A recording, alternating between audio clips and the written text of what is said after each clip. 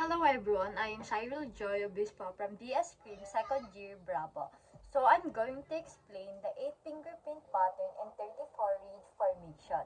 So first, let's start sa 8 fingerprint pattern. Fingerprints are unique patterns on our finger used to identify people, especially in forensic science. There are 8 basic fingerprint patterns that help experts classify and compare prints, which is useful in solving crime.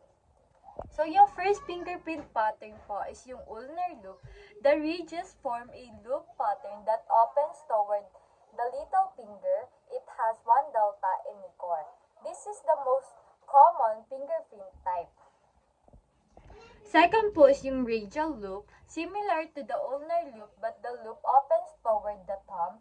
It also has one delta and a core, and it's less common than the ulnar loop. Third po is yung plain arch. The ridges enter from one side and smoothly exit to the other, forming a low wave-like hill. It has no core and no delta. Fourth po is yung tented arch. Looks like a plain arch, but the ridges rise up sharply in the middle. Like a tent pole, it may have a delta or a sharp angle in the center. Plane whirl. The ridges form a complete circle or spiral. It always has two deltas and at least one ridge that makes a full loop around the center. 6. Central pocket loop whirl.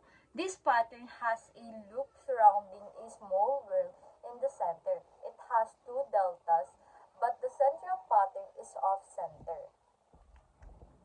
7. Double loop whirl, made up of two separate loop patterns that swirl in opposite direction, often forming an S shape. It has two deltas. Last po is accidental whirl, a combination of two or more patterns that don't fit into the other categories. It is irregular and has two or more deltas. For conclusion po sa 8 fingerprint patterns, the study of fingerprint patterns show how unique each person is. These patterns help professionals accurately identify individuals and solve cases. Because fingerprints are reliable and distinctive, they remain an important tool in modern identification system. So let's move po sa 34 ridge formation. So, sa 34 ridge formation, the lesson on 34 ridge patterns explain different fingerprint formation and highlights their diversity. This knowledge helps in forensic identification by allowing students to recognize, compare, and analyze patterns accurately. So, yung first po is yung core. The core is the approximate center of a fingerprint pattern, not the exact middle, since some ridge details are not included in pattern analysis.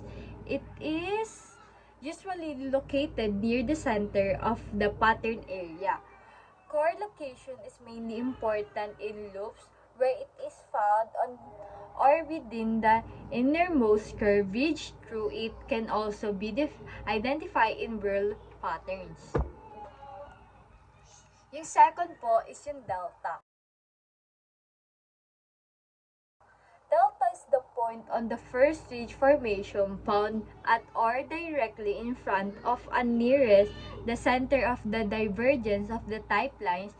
De Paiso, 2008, page 36. The word delta is the Old Greek word and is the fourth letter of the Greek alphabet. It corresponds to the letter D in our alphabetical. 2 1996, page 31. Yung third naman po is yung diverging ridges. Diverging ridges are two ridges running side by side and suddenly separating one ridge going one way and the other ridge going another way. These are two ridges running parallel and diverge in one opposite directions. Ridge crossing. Ridge Such crossing is a point where the two ridge units intersect. Next naman po is yung shoulders of a loop. Shoulders of a loop are the point where the sufficient recurves start to curve or form. Next po is yung enclosure. It is a bifurcating which does not remain open in the legs of bifurcation after alongside for a short distance come together to form a single ridge once more. Next po is yung type lines. Are the two most innermost ridge that start parallel, diverge, and surround or tend to surround the pattern are of a loop or a whirl. This pattern includes the chord, delta, and the ridges used in classifying a loop. Next po is yung bifurcating ridge. Is a single ridge which is split in two, forming a Y-shaped structure. The point where the ridge separate is called bifurcating. Next po is puckering ridge. Is a kind of ridge that appears curly, irregular in appearance and growth cases at several ends. It usually appears between two well-formed ridges. Incipient ridges are ridges that were never counted because they are only the result of dirt, blurred impression, dirty fingerprint, parallelia, and other factors. Montojo 2006 lesson 2.5. This is sometimes called nascent ridges. Next po is yung pattern area. Highlighted in dark green refers to the area of a loop or whirl, which contains the chords, deltas, and ridges which lie within the area surrounded by the type lines. It is the area inside the type line and the only part of the fingerprint which is of importance with regard to interpretation and classification. Next po is yung recurving ridges. Are ridges that curve back in the direction from which they started. They are sometimes called looping ridges. Next naman po is yung converging ridges. Is a point where two or more ridges meet coming from different location in the pattern. It is also a ridge formation whose close and in angular serve as a point of convergence usually pointed and absurd. Series of dot ridge or row of dots are the group of dots are printed inside the pattern area. Short ridge is a ridge that is insufficient or limited in length other than fragment. Sufficient recurve is the curve at the top or close end of the recurving ridges. It is also a part of recurving ridge between the shoulders of a loop, free from any appendages abutting upon the outside of the curve. It has the innermost and outermost sufficient recurves. Hook or spurred ridge is a bifurcating with one short ridge branching off a longer ridge. Bridge or crossover ridge is a ridge that connects at least two ridges. It must cross and connect two ridges. Island lake or is a formation of ridge that forms a lake like smaller in the size than the enclosure. Trifurcating ridges